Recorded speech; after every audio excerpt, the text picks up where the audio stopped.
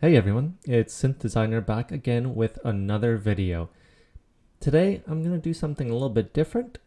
As many of you know, I release a lot of my own presets on Serum.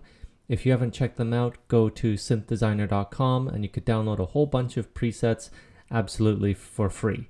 So I wanted to show you how I create some of these presets and the methods behind them. So we're going to do some kind of chill, lo-fi presets for you today, and I'm going to show you my thought process behind them so you could create your own and just have fun with it. So why don't we get right into it? So I'm going to be using Serum today, and there's a reason behind that. It's because we're going to use the noise oscillator a lot. Now, a lot of different synths have different functions, and you'll be able to create different sounds in a lot of them.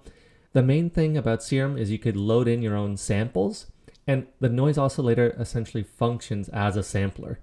So although there's going to be a lot of noise oscillators in different synths, the fact that you can use the noise oscillator as a sampler is a big thing here. So why don't we make something like maybe a keys sound to start? So I'm going to turn on the noise oscillator, and as you can hear for now,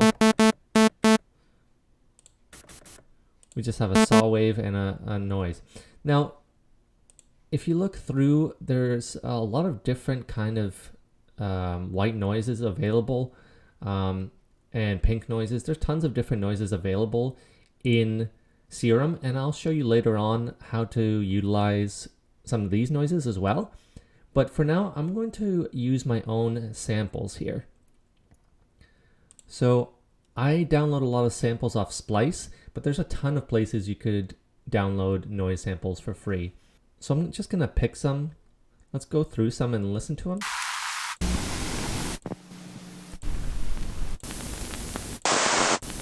Kind of like this one. I'm just gonna drag this over here. Let's hear how it sounds on its own.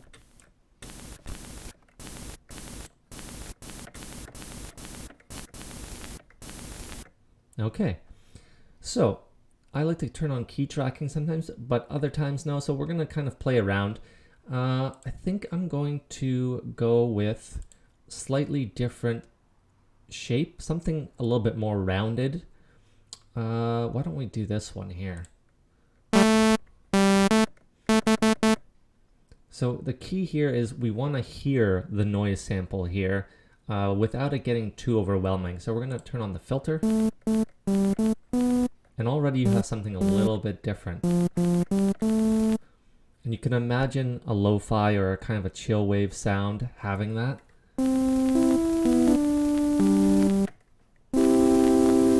So just like that, you have something a little bit scratchy. It's kind of vintage sounding almost. So let's increase the voices of unison here.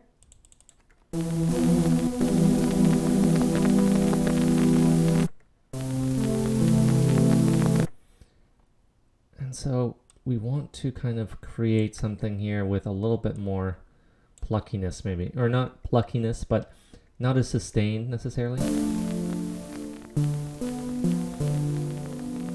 Let's turn this noise a little bit down maybe.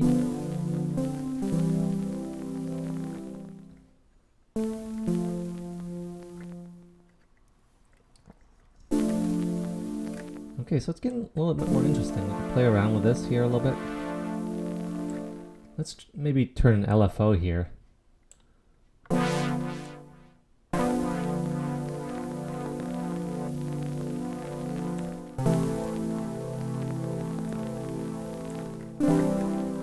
So what I like about LFOs and how you can use them in filters, the main thing is with chill kind of sounds, you want to have a little bit more subtlety. So I don't want them opening and closing the filter totally. I just want kind of that subtle movement here, and we're going to use this LFO in different ways as well. So I'm going to switch the LFO and move this to the fine knob as well. And I find that in chill sounds you could really play around more with the detune. I'm going to turn off the BPM. Somewhere around there.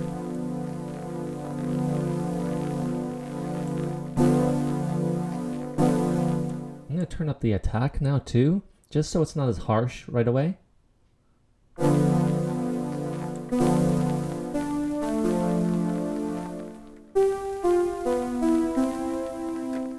Sorry for my keyboard playing. I'm a terrible keyboard player. I don't really play, but turn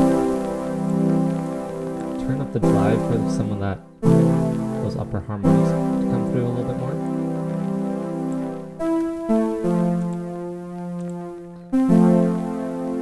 Now we can maybe complement this a little bit more here with another saw wave, possibly. Let's just test it out and we'll decide if we like it or not.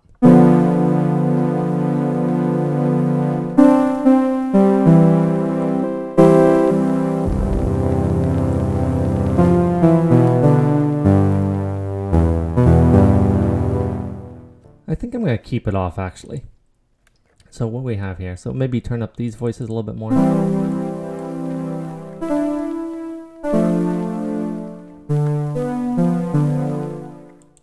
Maybe turn up the decay a little bit more here and then turn the sustain down.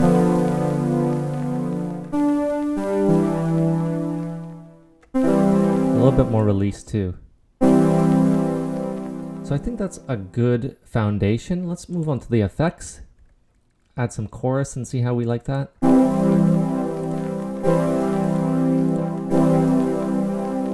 we like this? Put the rate down a little bit more. Let's turn the delay down as well.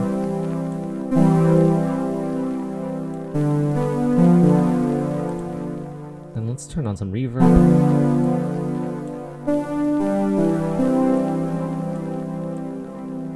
Play around with the sides. And then let's see some delay as well, maybe. Don't want too much feedback.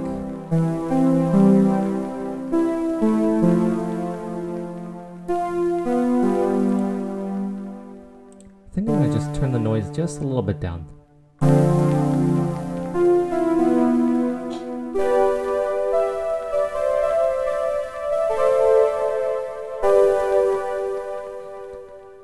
Maybe just take out a little bit of those lows here.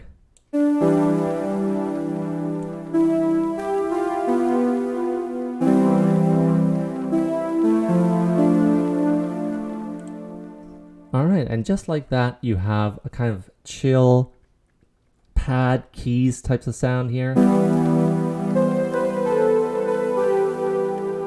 And you could play around more with the wavetable position and the warp knob. Maybe let's add a little bit more movement. Let's see how this moves around actually. I don't think I love that, so let's try a warp. Maybe a bend plus, or a bend plus minus here. Yes, I think I'm gonna like that. So I'm gonna do another LFO, turn this on. That's a little bit much, and I don't want this to be going this fast either.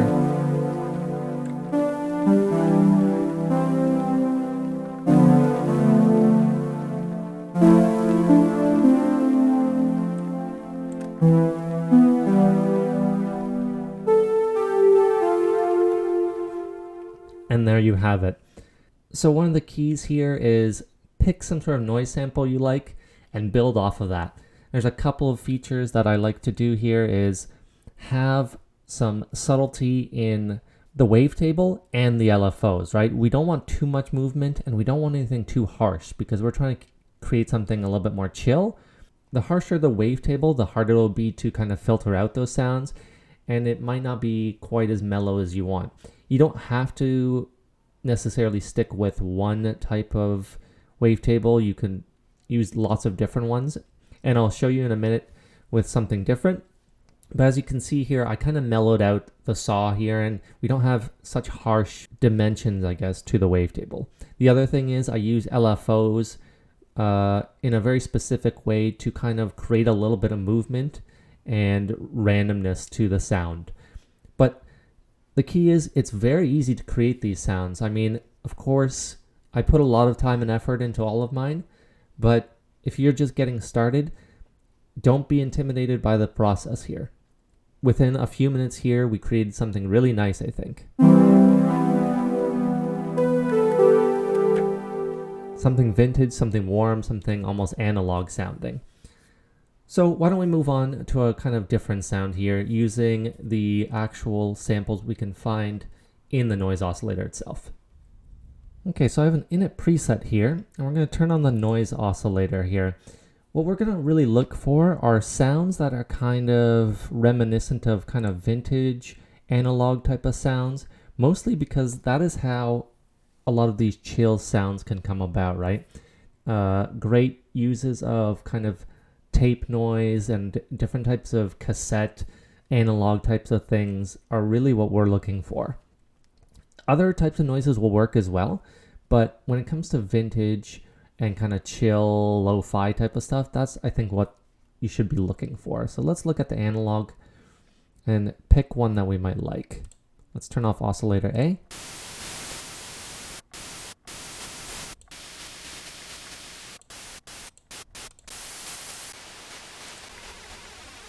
And the J106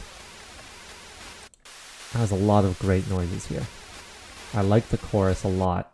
Let's try something with this and maybe play around with different wavetables as well. So we'll stick with the analog ones and see what we can find maybe. Maybe the basic Moog. I think I'm liking that already.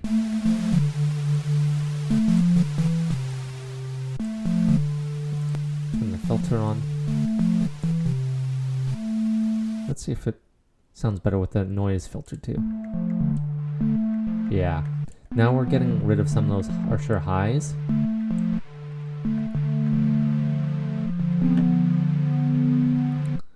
Maybe we could try just like a kind of a key sound here. So let's turn the sustain way down. Release up.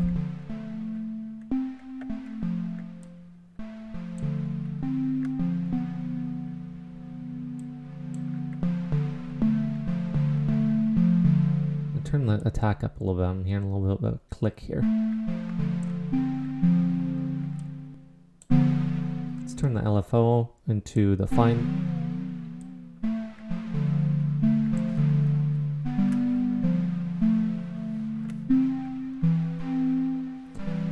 And I feel like we could really kind of use a lot of randomization here. So what we're going to do is kind of mess around with the wavetables quite a bit more than the last one. And the basic Moog, as you can see, can do a lot here. So we're going to really mess around with it. Let's turn the BPM up.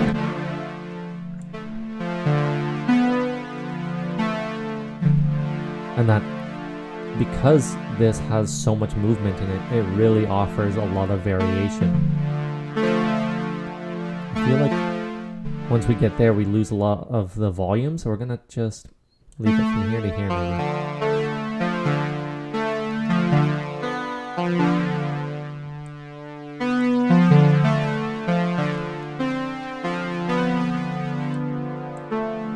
So we're gonna turn on the different low pass here. Turn up the drive a bit, maybe down.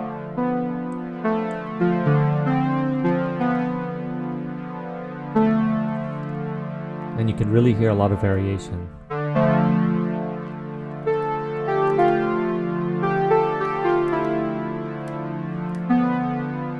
And I think we could maybe even do something a little bit more chaotic. Let's go to Matrix here and take Chaos 1, attach it to the LFO rate number 2, and turn it up and see how it sounds.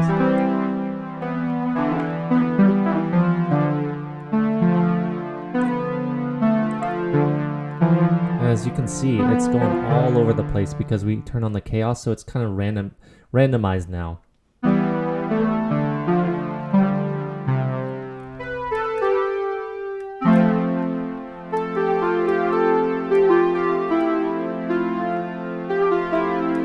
Oh, I'm really liking this sound now. And I might actually attach this to LFO, this other LFO here, to the level and create kind of a different modulation as well, this tremolo effect. So I'm going to turn this down quite a bit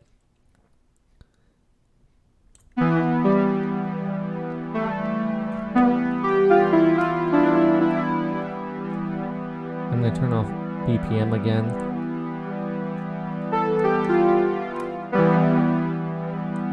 You can hear it. Let's turn down the rate.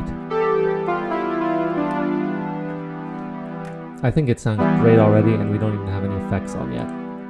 Let's try maybe some distortion here, see how that goes.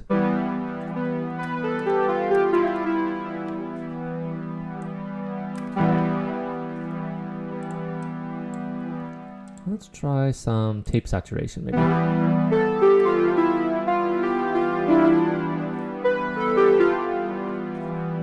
turn down the drive a little bit and turn down the mix as well.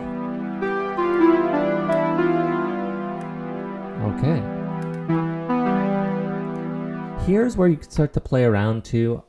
Phaser and flanger offer some interesting variation. I'm not a huge fan of how they sound through the stock plugins of Serum, but let's try them and see. As you can hear, it offers an interesting kind of variation. Up to you if you want to try that. I'm going to keep it off here. Let's try chorus.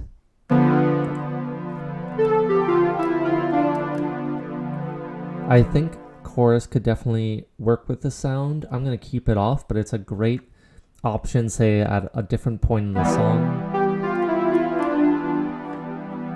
Really offers that kind of retro 80s sound too.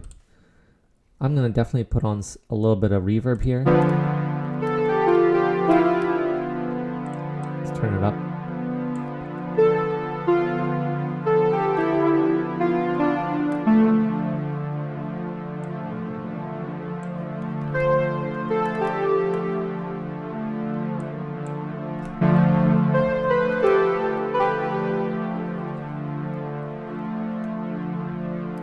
Maybe a little bit of delay.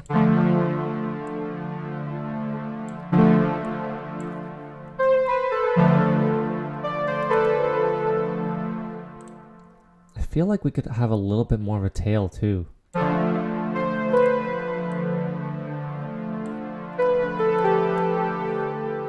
a little long maybe.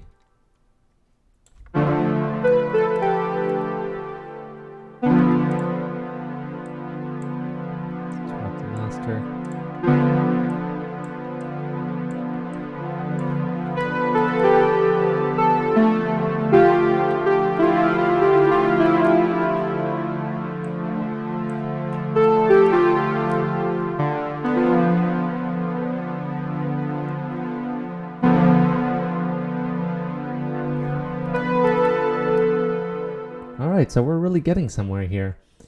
I really think that this is a great sound already. You could play around, do some other things, but it just goes to show there's a couple things to keep in mind. Make sure your noise samples are reminiscent of kind of vintage analog types of sound. So your tapes, your cassettes, and traditional other types of noises to be found on analog synths.